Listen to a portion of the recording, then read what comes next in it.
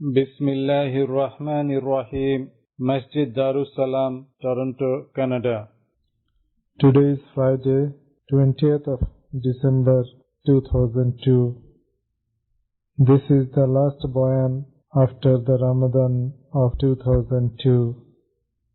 Finishing the Isha Salah. The bayan is presented by Hazrat Maulana Mufti Saeed Ahmed Palanpuri Sahib Damat Barakatuhu.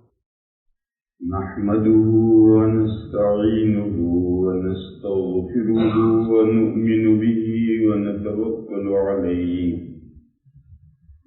ونعوذ بالله من شرور أنفسنا ومن سيئات أعمالنا من يهده الله فلا مضل له ومن يضلله فلا هادي له ونشهد أن لا إله إلا الله وحده لا شريك له ونشهد أن سيدنا ومولانا وحبيبنا وشفيعنا محمدا عبده ورسوله أرسله إلى الناس كافة بشيرا ونذيرا وداعيا إلى الله بإذنه وسراجا منيرا صلى الله تعالى عليه وعلى آله وصحبه وبارك وسلم تسليما كثيرا كثيرا لا إله بزرگوں اور بھائیوں، آج کوئی تقریر کرنے کا خاص ارادہ نہیں، ذہن میں کوئی مضمون بھی نہیں، اس لیے کوئی آیت کریمہ یا حدیث شریف بھی میں نے نہیں پڑھی۔ البتہ رمضان بعد جو میں نے اسفار کیے وینکوور کے، امریکہ کے، USA کے، ان میں جو لوگ مختلف سوالات کرتے رہے، ان میں سے 2 سوالوں کے جواب عرض کرنا ہے۔ ممکن ہے یہاں بھی کچھ لوگوں کے ذہنوں میں یہ بات پیدا ہو، اگرچہ پورے رمضان میں وہ سوال کسی نے نہیں کیے، مگر میں امریکہ میں گیا تو بہت لوگوں نے وہ سوال کیے، وینکوور میں بھی وہ سوال لوگوں نے کیے۔ یہاں بھی ہو سکتا کسی کے ذہن میں ہو اور نہ ہو تو بھی اس کی ان سوالوں کے جواب سمجھنے میں فائدہ ہے۔ پہلا سوال یہ ہے کہ دیوبندیت کیا ہے؟ کیونکہ ساری دنیا میں دیوبندیت اتنا چرچا ہو گیا ہے کہ کافر بھی پوچھتا ہے کہ دیوبندیت کیا ہے۔ وہاں امریکہ سے ہر ہفتے کوئی نہ کوئی مرد یا عورت رپورٹر پہنچتا ہے، انٹرویو لینے پہنچتا ہے، اور وہ حضرت محترم صاحب سے پہلا سوال یہی کرے کہ دیوبندیت کیا چیز ہے وہ سمجھاؤ۔ اس لیے ان کو تو جو سمجھاتے ہیں محترم صاحب سمجھاتے ہیں، لیکن ہمارے جو سمجھنے کی بات ہے وہ بھی اہم ہے کہ دیوبندیت کس چیز کا نام۔ جیسے فرقے ہوتے ہیں، رضا خانیت جس کا دوسرا نام ہے بریلویت، مودودیت، شیعیت اور پتہ نہیں کیا کیا فرقے ہیں۔ تو دیوبندیت یہ بھی مسلمانوں کا کوئی فرقہ ہے، اور فرقہ ہے تو اس کا کیا کانسٹیٹیوشن ہے، اس کے دستور اساسی کیا ہے، اور دیوبندی بننے کے لیے کیا کرنا پڑتا ہے، اور دیوبندیت کن عقیدوں کا نام ہے۔ یہ ذہنوں میں طرح طرح کے سوالات پیدا ہو سکتے ہیں، اس لیے دیوبندیت کیا چیز ہے اسے سمجھنا چاہیے۔ دوسرا سوال خاص طور پر امریکہ میں مسلمانوں نے بار بار کیا کہ 9/11 کے بعد جو حالات مسلمانوں کو دشواریاں پیش آ رہی ہیں، اس کا کیا حل ہے؟ یہ سوال ہر جگہ کرتے ہیں لوگ۔ اس لیے آج کی اس مجلس میں انہی 2 سوالوں کے مختصر سے جواب دینا۔ میرے بھائیو، آپ جانتے ہیں کہ اللہ جل شانہ و عم نوالہ نے جو دین نازل فرمایا ہے آدم علیہ السلام سے لے کر خاتم النبیین حضرت محمد مصطفیٰ صلی اللہ تعالی علیہ وسلم تک، اس دین کے دو حصے، ایک ہے عقائد اور ایک ہے اعمال۔ آدم علیہ السلام سے لے کر آخری پیغمبر تاجدار مدینہ حضرت محمد مصطفیٰ صلی اللہ تعالی علیہ وسلم تک عقائد سیم رہے ہیں، کسی عقیدے میں کوئی فرق نہیں پڑا۔ اگر فرق ہے تو یہ ہے کہ آدم علیہ السلام کی امت لا الہ الا اللہ کے بعد آدم و صفی اللہ پڑھتی، ابراہیم علیہ السلام کی امت لا الہ الا اللہ کے بعد ابراہیم و خلیل اللہ پڑھتی، موسیٰ علیہ السلام کی امت لا الہ الا اللہ کے بعد موسیٰ کلیم اللہ پڑھتی، عیسیٰ علیہ السلام کی امت لا الہ الا اللہ کے بعد عیسیٰ روح اللہ پڑھتی، اور ہمارے نبی پاک صلی اللہ تعالی علیہ وسلم کی امت یعنی ہم لا الہ الا اللہ کے بعد محمد الرسول اللہ پڑھتے ہیں۔ تو اگر عقیدوں میں اختلاف کہا جا سکے تو یہ اختلاف کہا جا سکتا ہے، مگر یہ اختلاف نہیں، کیونکہ ایمان کے لیے رسالت کا اعتقاد ضروری، ایمان کے لیے رسالت کا اعتقاد ضروری ہے، یعنی جس دور کے انسان تھے اور جس نبی کی امت تھے اس نبی کو ماننے کے ساتھ پریویس شروع کے سابقہ تمام نبیوں کو ماننا اور لاحقہ قیامت تک آنے والے نبیوں کو ماننا یہ ضروری تھا۔ ابراہیم علیہ السلام کے زمانے کے جو امت تھی ان کے لیے ابراہیم علیہ السلام کو ماننا ضروری تھا، اور ابراہیم علیہ السلام سے پہلے جتنے نبی گزر گئے ان کو ماننا ضروری، اور آئندہ جو نبی آئیں گے جن کے بارے میں علم نہیں ہے کون کون آئیں گے، اگرچہ علم نہیں کہ آئندہ اللہ جس نبی کو بھیجیں گے اس کا ماننا ضروری ہے۔ قرآن کریم میں وَإِذْ أَخَذَ اللَّهُ مِنَ النَّبِيِّينَ مِيثَاقَهُمْ لَمَا آتَيْتُكُم مِّن كِتَابٍ وَحِكْمَةٍ ثُمَّ جَاءَكُمْ رَسُولٌ مُصَدِّقٌ لِّمَا مَعَكُمْ لَتُؤْمِنُنَّ بِهِ وَلَتَنصُرُنَّهُ قَالَ أَأَقْرَرْتُمْ وَأَخَذْتُمْ عَلَىٰ ذَلِكُمْ إِصْرِي قَالُوا أَقْرَرْنَا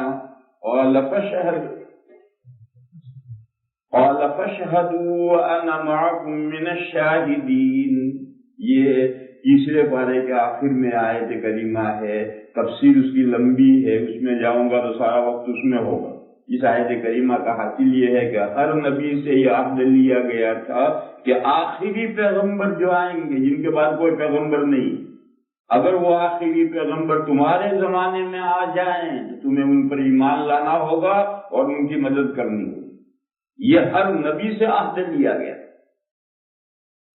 اور سارے انبیاء نے اقرار کیا تھا، تو جب آخری پیغمبر کا عہد لیا گیا ہے تو اس سے پہلے کے جو ہیں ان کا بھی عہد لیا گیا۔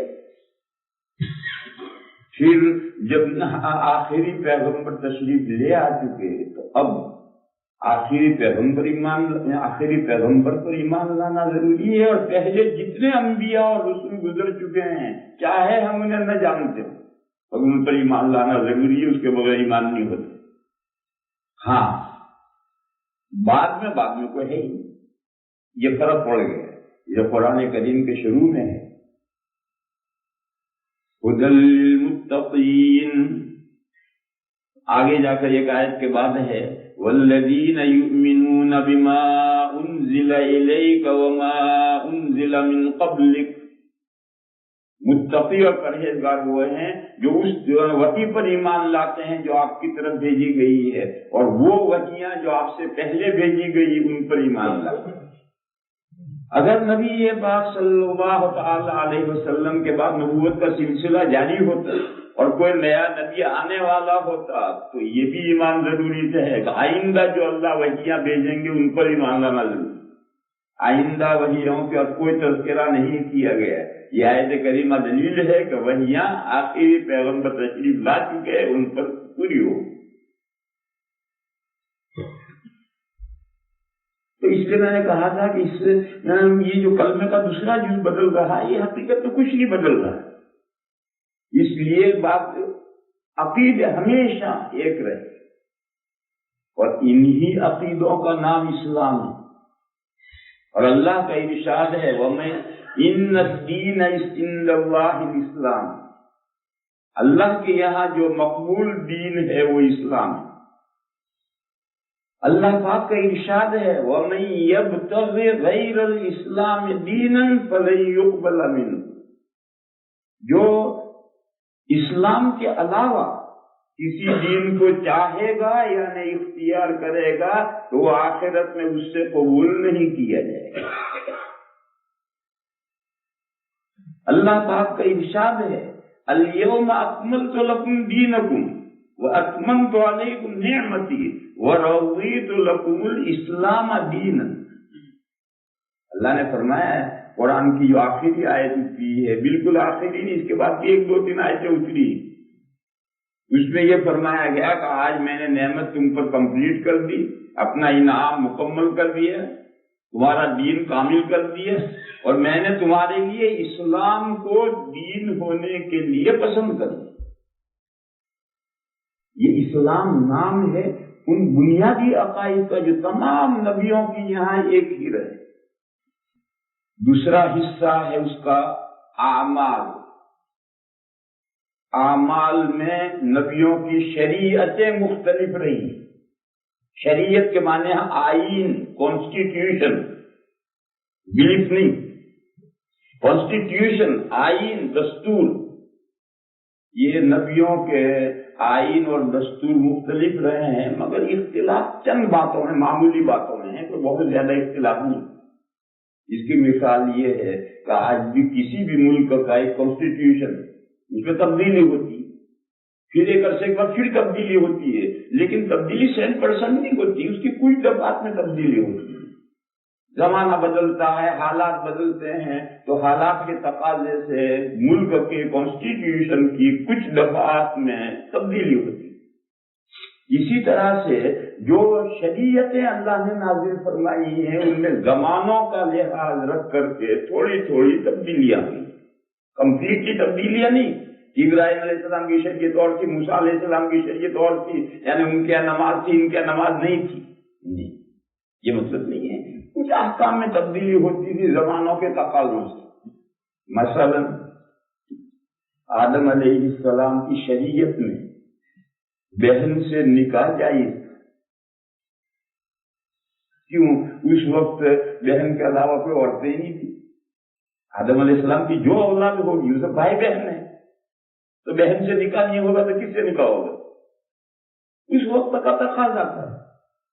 پھر جب انسان بڑھ گئے تو نوح علیہ السلام کا زمانہ آیا تو بہن سے نکاح حرام ہو، کیوں؟ اب ضرورت نہیں رہی۔ یہ حالات بدلنے کی ایک مثال ہے۔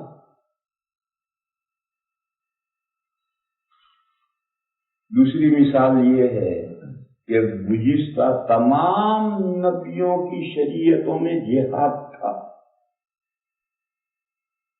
مگر جہاد میں جو مال غنیمت آتا تھا وہ حلال نہیں تھا،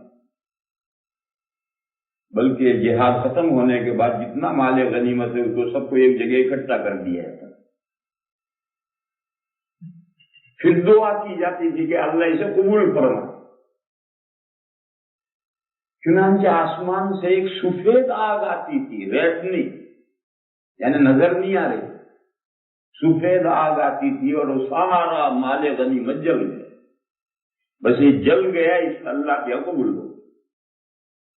اور اگر مال غنیمت میں خیانت کی ہے فوج نے اور کچھ حصہ کسی فوجی نے چھپا رکھا ہے تو آگ نہیں آتی، غنیمت نہیں جلتی، اس کا مطلب گڑبڑ ہے۔ پھر سرچ کیا جاتا تھا، وہ مال غنیمت میں جو کسی نے خیانت کی، وہ جب تک ساری مال غنیمت اکٹھا نہیں ہوتا تھا آگ نہیں آتی۔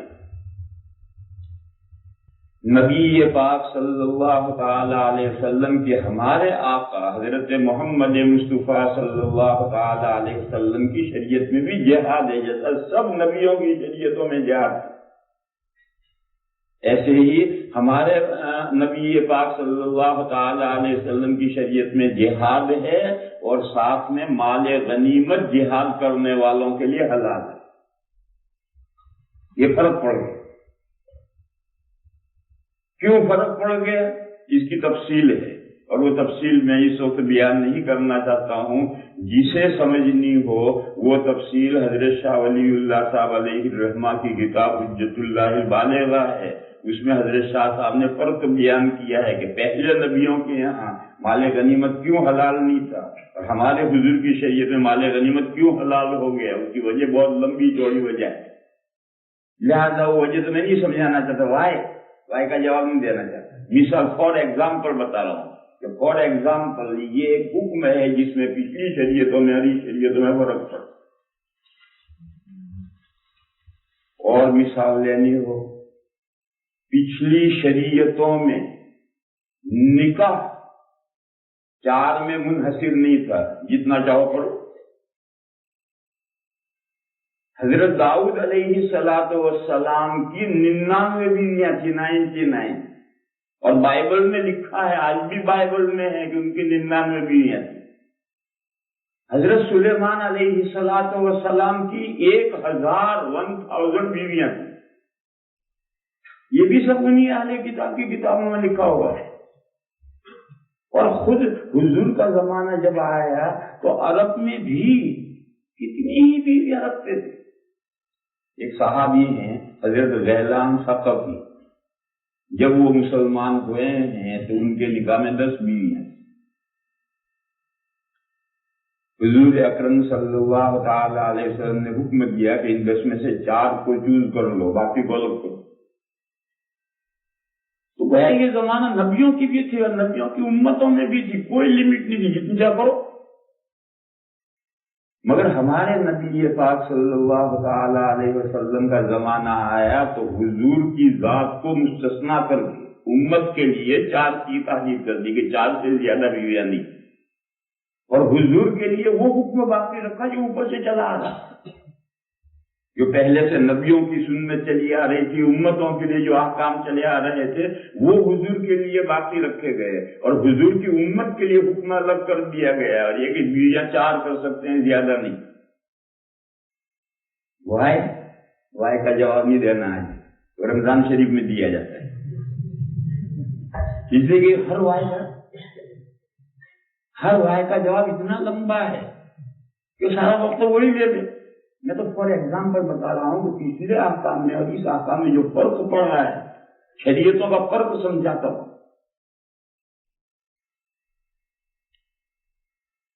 اور وائے کا جواب سمجھنا ہو تو لطیفہ، پہلے طاقتیں زیادہ تھیں، اور جو زمانہ آگے بڑھتا ہے طاقتیں لوگوں کی بڑھتی چلی جا رہی، وہ 1000 بیویاں اور 99 بیویاں نبھا سکتے ہیں، ان کے حقوق ادا کر سکتے ہیں۔ اور اب جو زمانہ ہے کہ طاقت کمزور پڑتی چلی جا رہی ہے اور یہ نبھانا مشکل ہوتا ہے۔ یہ طاقتوں کا فرق ہے جس کی وجہ سے ضرورتوں کے اعتبار سے تو نکاح ہے، اس وقت ضرورتیں تھی، طاقت تھی، اب نہیں۔ اس وقت کیسے لوگ تھے؟ ایک لطیفہ، جب موسیٰ علیہ السلام بنی اسرائیل کے ساتھ دریا پار کر کے آگے نکل گئے اور پیچھے فرعون ڈوب گئے، تو وہ سمندر کے اس طرف نکل گئے۔ میدان تیہ میں اللہ کی وحی آئی، یہ جو بیت المقدس ہے یہ عمالقہ کے قبضے میں ہے، جاؤ ان سے جہاد کرو اور ان کو وہاں سے نکالو اور وہاں جا کر کے بسو، وہ تمہارا آبائی وطن ہے۔ اب ان سے جہاد شروع کرنا ہے تو ظاہر ہے کہ کسی قوم سے جہاد شروع کرنے کے لیے اس قوم کے احوال معلوم ہونے چاہیے، جبھی تو اس کے اعتبار سے جہاد کی تیاری ہوگی. تو حضرت موسیٰ علیہ السلام نے 12 نمائندے، آج کی زبان میں کہو اسپائی، روانہ کیے کہ پورے بیت المقدس میں گھوم کر اس قوم کے احوال لائیں تاکہ اس کے اعتبار سے جہاد کیا جائے. یہ لطیفہ ہے سب، لیکن یہ سارا لطیفہ نہیں، یہ تو قرآن کریم میں ہے. یہ جو مضمون بیان کر رہا ہوں یہ تو قرآن کریم میں، لطیفہ آگے آئے گا. یہ 12 اسپائی گئے اور سارا گھومے، تو گھوم کر کے وہاں کی نعمتیں دیکھی کہ اتنا بڑا بڑا انگور ہے اور اتنا بڑا بڑا یہ ہے اور اتنا بڑا بڑا یہ ہے.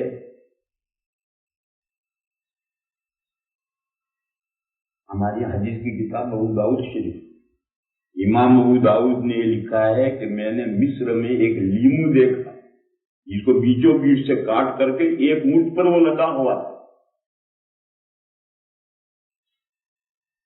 بیچوں بیچ ایک آدھا کر کے اونٹ کا آدھا ادھر لگا ہوا تھا، آدھا ادھر، ایک اونٹ کا بوجھ ایک لیمو تھا.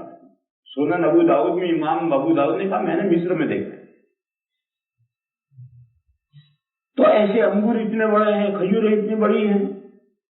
یہ وہاں کی نعمتیں بھی دیکھی اور وہاں کے لوگوں کی طاقت بھی دیکھی. لوگ کتنے طاقتور ہیں، طاقتور ہوں گے جب بھی دکھائیں گے. اور ایک واقعہ پیش، اب لطیفہ شروع ہوتا ہے. ایک فرضی داستان ہے کہ ان میں ایک آدمی تھا، اس کا نام تھا عوج ابن عنق. وہ سمندر میں ہاتھ ڈال کر کے مچھلی پکڑتا تھا اور سورج میں بھونتا تھا اور کھاتا تھا. ہاتھ کتنا لمبا ہوگا، سورج میں زمین میں ڈال کر کے سمندر میں مچھلی پکڑتا ہے اور وہ کیا تھا، سورج وہاں بھون کر کے کھاتا ہے. اتنا لمبا آدمی تھا.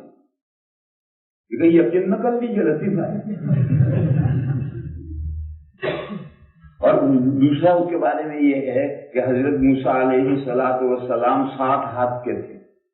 جب جنگ ہوئی تو یہ فوج میں تھا، تو موسیٰ علیہ السلام 60 ہاتھ کے تھے. ان کی لاٹھی 7 ہاتھ کی تھی اور حضرت نے چھلانگ لگائی تھی 60 ہاتھ، تب اس کے ٹخنے پر لگی تھی لاٹھی. حضرت موسیٰ علیہ السلام نے جو چھلانگ لگا کر کے لاٹھی ماری تھی، تو حضرت 60 ہاتھ کے تھے، لاٹھی اتنی لمبی تھی اور اتنی چھلانگ لگائی تھی تو اس کے ٹخنے پر لاٹھی لگی. یہ سب بکواس ہے. اور سنو، یہ بھی بکواس. یہ 12 آدمی جو اسپائی تھے کہیں گھوم پھر رہے ہیں. اس نے پوچھا تم کون ہو؟ تو اس نے کہا ہم جاسوس ہیں امریکہ. تو اس نے اپنے ایک کو پکڑ کر کے پاجامہ کا ناڑا یوں کر کے اندر، دوسرے کو اندر، تیسرے کو اندر، چوتھے کو پہلے یہاں پائچے باندھ دیے، پہلے پائچے باندھ دیے، پھر ایک کو پکڑ کر کے اندر، ایک کو پکڑ کر کے اندر، 12 کو اپنے پاجامے میں گھسا دیا. گھر گئے اور بیوی سے کہا ہمارے دشمن آئے ہیں. کہاں ہیں؟ کہا میرے پاجامے میں. اور اس نے نیچے سے کھولا اور دیکھا دھڑ دھڑ دھڑ دھڑ 12 آدمی جی. اور اس نے بیوی سے کہا کچل دو انہیں. تو اس کی بیوی نے کہا مت کچل، ان کو واپس جانے دے. ابھی تو ان کو کچلے گا کہ 12 مریں گے اور یہ واپس جائیں گے اور اپنی فوج کو جا کر ہمارے قوم کے احوال سنائیں گے تو ساری فوج بزدل ہو جائے گی اور مر جائے گی کہ ایسے ایسے لوگ ہیں، کیسے لڑیں گے. تو کہیں ان کو مت مار، ان کو مارے گا کہ 12 مریں گے اور یہ واپس جائیں گے تو ساروں کو ماریں گے. یہ بھی سب لطیفہ ہے، لیکن ہر لطیفے میں کچھ نہ کچھ حقیقت تو ہوتی ہے. مبالغہ کرتا کرتا کرتا کہیں سے کہیں لے جائے مگر کچھ نہ کچھ تو حقیقت ہوتی. چنانچہ جب یہ 12 واپس لوٹے تو انہوں نے آپس میں مشورہ کیا اور یہ کہا، یہ قرآن کریم میں مشورہ کیا، یہ کہا کہ دیکھو کہ قوم میں واپس جا کر یہاں کی جو نعمتیں ہیں ان کو بیان کرو. انگور اتنا بڑا ہے، کھجور اتنی بڑی ہے، اور لوگ کیسے طاقتور ہیں یہ قوم سے نہیں بیان کرنے کا، ان قوم بزدل ہو جائے. چنانچہ 12 نے یہ طے کر کے آئے. ان میں سے 2 اپنے عہد پر برقرار رہے انہوں نے وہاں کی نعمتیں تو بیان کی، لوگوں کے احوال نہیں بیان کیے، مگر 10 آدمیوں نے وہاں کے لوگوں کی طاقتور ہونے کو بھی بیان کر دیا۔ یہ سب قرآن کریم میں، اور ان 10 نے جو وہاں کے لوگوں کے حالات سنائے، ساری قوم دل ہو گئی، اور انہوں نے حضرت موسیٰ علیہ السلام سے یہ کہا کہ اذهب انت وربک فقاتلا انا ہاہنا قاعدون۔ موسیٰ علیہ السلام سے کہا کہ آپ اور آپ کا پروردگار دونوں جائیے، ان سے لڑیے، ہم تو یہاں میدان تیہ میں انڈے دے رہے ہیں۔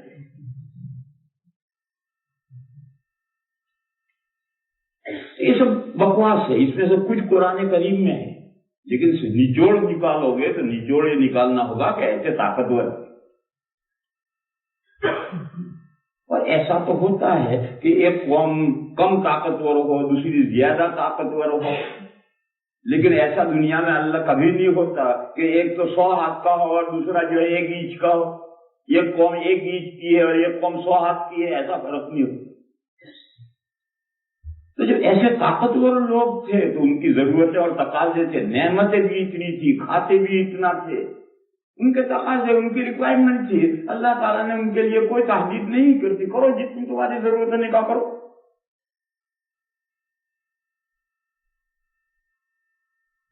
اور یہ امت آئی تھی، اس امت کا دور تو قیامت تک چلنا ہے، اور صرف ایک کمیونٹی میں نہیں، آج بھی مڈل ایسٹ میں چلے جاؤ، وہاں کی ایٹماسفیئر، وہاں کی آب و ہوا، وہاں کی خوراک کہتی ہے کہ ایک بیوی کے بغیر آدمی کا کام چل ہی نہیں سکتا۔ اور آپ کا یہ یورپ اور امریکہ جو یہ ٹھنڈے ملک ہیں، یہاں 50 سال کے بعد میں ایک بیوی نہیں نبھا سکتے، اس کے لیے تو گولیاں کھانی پڑتی، انجیکشن لینا پڑتا۔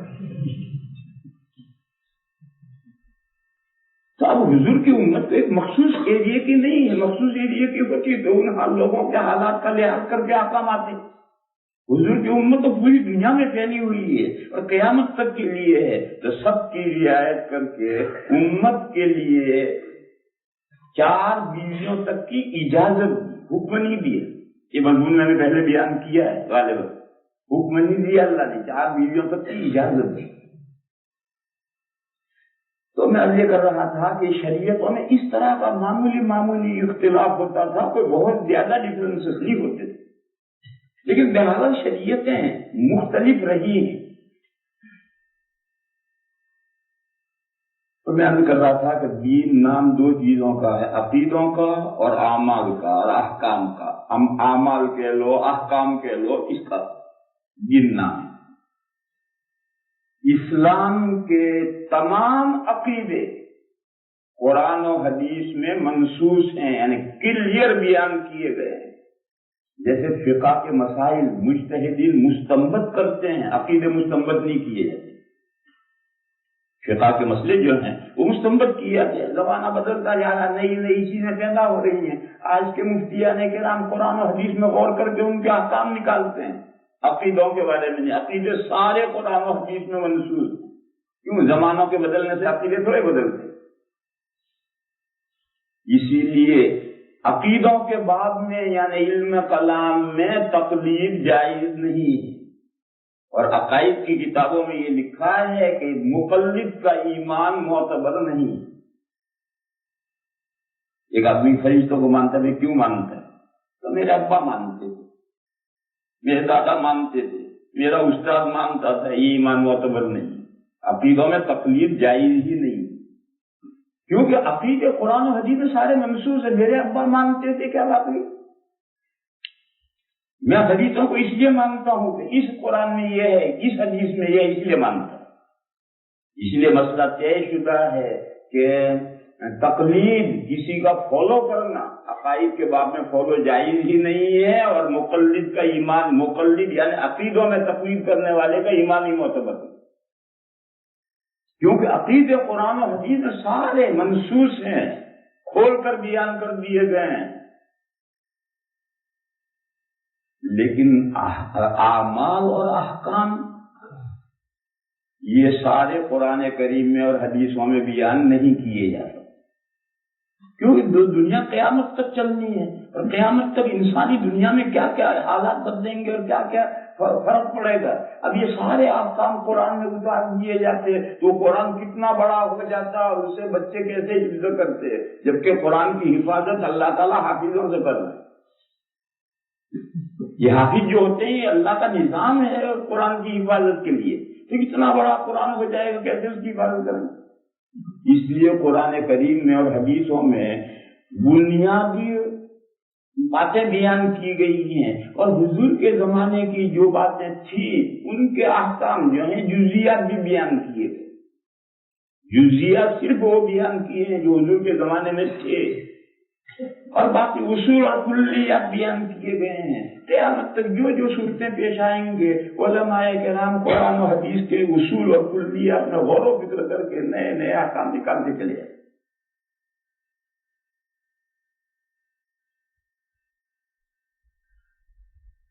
یہ جو دو چیزیں میں نے بیان کی، نبی پاک صلی اللہ تعالی علیہ وسلم سے صحابہ نے اخذ کی، یعنی عقیدے بھی سارے صحابہ نے لیے، اور احکام کیسے قرآن کریم میں سے حدیثوں میں نکالے جاتے ہیں یہ بھی صحابہ نے حضور سے سیکھا۔ پھر زمانہ آگے بڑھا، تابعین کا زمانہ آیا، یعنی جنہوں نے حضور کو نہیں دیکھا صحابہ کو دیکھا، تابعین کا زمانہ آیا، تو انہوں نے قرآن و حدیث میں جو عقیدے بیان کیے وہ صحابہ سے سیکھے، اور قرآن و حدیث میں سے احکام کیسے نکالے جاتے ہیں یہ انہوں نے صحابہ سے سیکھا۔ ان کا دور ختم ہو گیا تو تیسرا دور آیا تبع تابعین۔ تبع تابعین وہ ہیں جنہوں نے صحابہ کو نہیں دیکھا، جنہوں نے تابعین کو دیکھا ہے۔ ان تبع تابعین نے قرآن و حدیث میں جو عقیدے بیان کیے گئے ہیں ان کو تابعین سے سیکھا لیا، اور احکام قرآن و حدیث میں سے کیسے نکالے جاتے ہیں وہ تابعین سے سیکھا۔ یہ تین زمانے وہ ہیں جن کے بارے میں نبی پاک صلی اللہ تعالی علیہ وسلم نے ارشاد فرمایا کہ خیر القرون قرنی ثم الذین یلونہم ثم الذین یلونہم، بہترین زمانہ میرا زمانہ ہے، پھر جو اس سے نیکسٹ ہے، پھر جو اس سے نیکسٹ ہے۔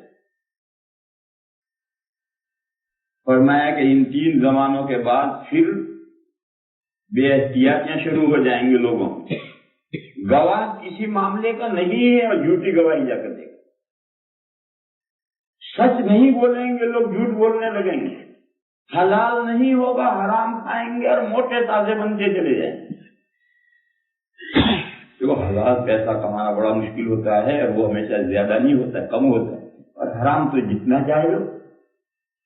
تو فرمایا کہ وہ ان کا کھانے حرام کیوں گے، وہ کھا کر موٹے ہوتے جائیں گے، کیوں حلال کی کوئی پرہیز ہی نہیں۔